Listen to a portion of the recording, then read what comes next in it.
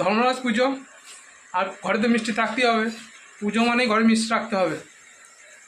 বাইরে থেকে অনেকজন আসবে, তারপরে পুজোতে যদি ঘরে মিষ্টি না থাকে তাহলে কিন্তু মানায় না। সেই জন্য মা আজকে বোঁদে করছে। দেখুন, মা বোঁদে তৈরি করতে শুরু করে দিয়েছে। দেখুন মা, এটা কী করছো? এটা রস হচ্ছে নাকি? চিনির রস ফুটে গেল। কত বেসনের বোঁদে করবে? 250-300। ফাটা হয়ে গেল, রেডি। এবার এটা তেল নাকি? তেল তো গরম হয়নি মনে হচ্ছে। বন্ধ করে দিয়েছো? হ্যাঁ, করবে তো।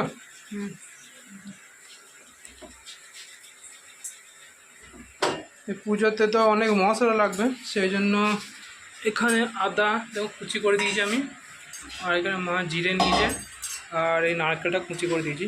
নারকেলটা চপ করবে, চপে দেবে।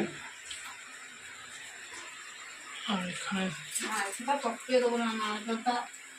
কিছু দেবে।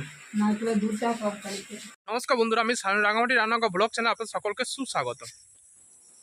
দুদিন ধরে আপনারা আমাদের গ্রামে ধর্মরাজ পুজো দেখেছেন। আজকে দেখবেন বানেশ্বর পুজো। আজকে বানেশ্বর নিয়ে ভক্তরা আসবেন, গোটা গ্রাম ঘুরবেন, আর গোটা গ্রামে পুজো নেবেন। তা আপনারা পুরো ভিডিও দেখতে থাকুন। ভালো লাগলে অবশ্যই কমেন্ট করে জানাবেন, সঙ্গে লাইক, শেয়ার ও সাবস্ক্রাইব করে দেন। তা ভিডিও দেখতে থাকুন। বাগান থেকে আমি এখন বাড়ি চলে এসেছি। বাড়িতে এখন মুড়ি খাবো, খেতে লেগেছে, মুড়ি খেতে হবে। তা মা আজকে এখন কি করছে দেখুন। পুজো উপলক্ষে আজকে মা কি করছে মুড়ি খাবার। দেখুন কি করছে, দেখুন। গরম গরম বেগুনি। এটা বেগুনি নয়, কুমড়োনি। হ্যাঁ, এটা কুমড়োনি। যেহেতু এটা কুমড়ো দিয়ে হচ্ছে, সেটা কুমড়োনি হবে। কুমড়োর বেগুনি আজকে। দেখুন হয়ে গেছে এখানে। আর বোঁদে ভাজা হয়েছে। বন্ধু তো কালকে হয়ে গেছে না? গতকাল রাতে বোঁদে করেছি। বন্ধু দেখুন রেডি হয়ে গেছে। দেখুন আমি একটু খেয়েছি, ভালো রস নিয়েছে মা। বন্ধুটা খুব ভালোই করেছে।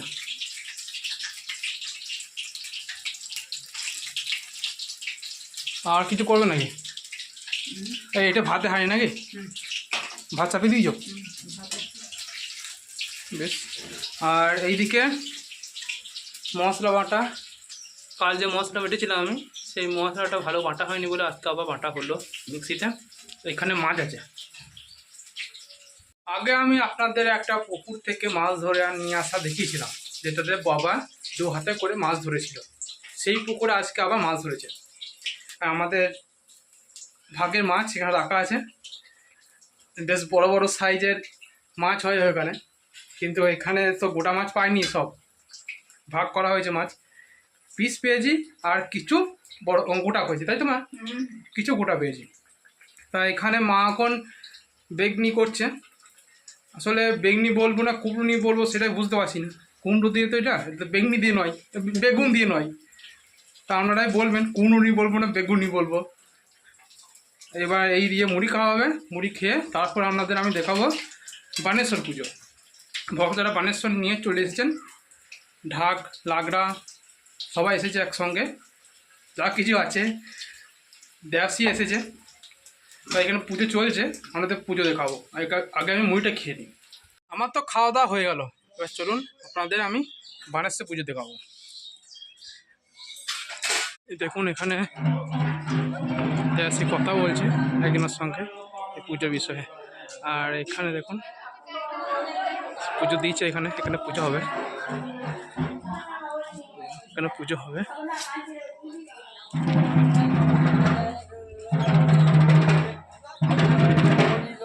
সব ঠাকুরে দাঁড়িয়ে আছে, ঢাক লাগা নিয়ে দাঁড়িয়ে আছে এখানে।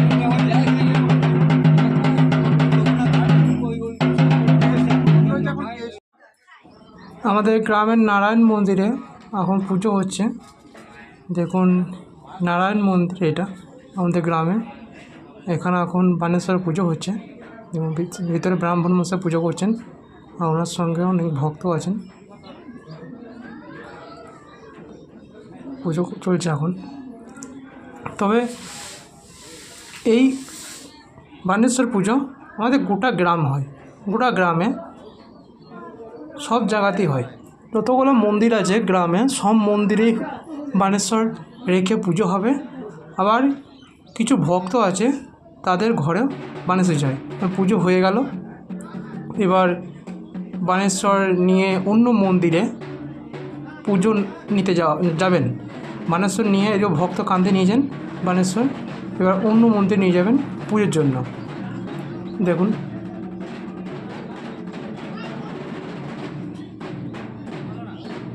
ঢাক কাঁধে নিয়ে নিল, এবার ঢাক বাজাতে বাজাতে বানেশ্বর নিয়ে এগিয়ে যাবে।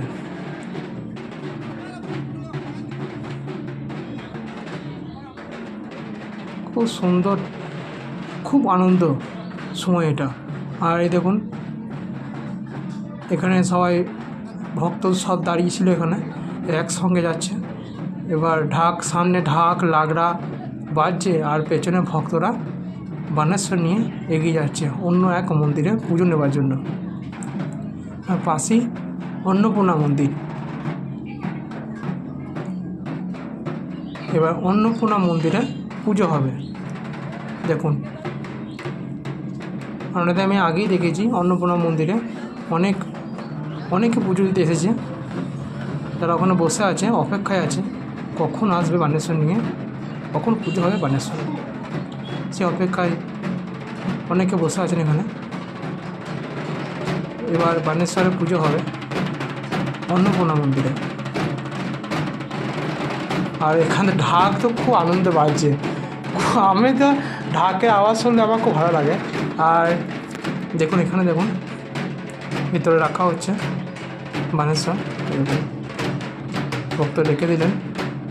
আর ব্রাহ্মণ মশাই বসবেন, পুজো করবেন। এবার যেটা বলছিলাম, ঢাক আমার খুব ভালো লাগে, ঢাকের আওয়াজ আমার খুব সুন্দর লাগে। তবে দেখুন এখন ঢাক এদিকে খুব জোর করে ঢাক বাজাচ্ছে, নিজেদের মধ্যে খুব আনন্দ করে যখন ঢাক বাজে। দেখুন এগিয়ে চলে লাগছে না ও পাল্লা দিতে, আমি কিছু কম চাই না ওদের থেকে। আমার ঢাকের আওয়াজ দেয়, আমি কম বাজাতে পারি দেখ। এটা খুব আনন্দ করা ছিল। আর আমি সেই সুযোগে ওদের ভিডিওটা করে নিয়েছি, এটা সবাই জানে যে আমি ভিডিও করছিলাম। তবে এদের ঢাক বাজানো দেখে আমার খুব আনন্দ হচ্ছিলো, খুব। সেই জন্য আমি চাইলাম আপনারা দেখুন এটা কত আনন্দ করে ঢাক বাজাচ্ছে। আস্তে আস্তে বাজানো হয়ে গেল, এবার ঢাক বাজানো বন্ধ করে ওখানে পুজো শুরু হবে। পুজো শুরু হয়ে এবার পুজো শুরু হয়ে গেল।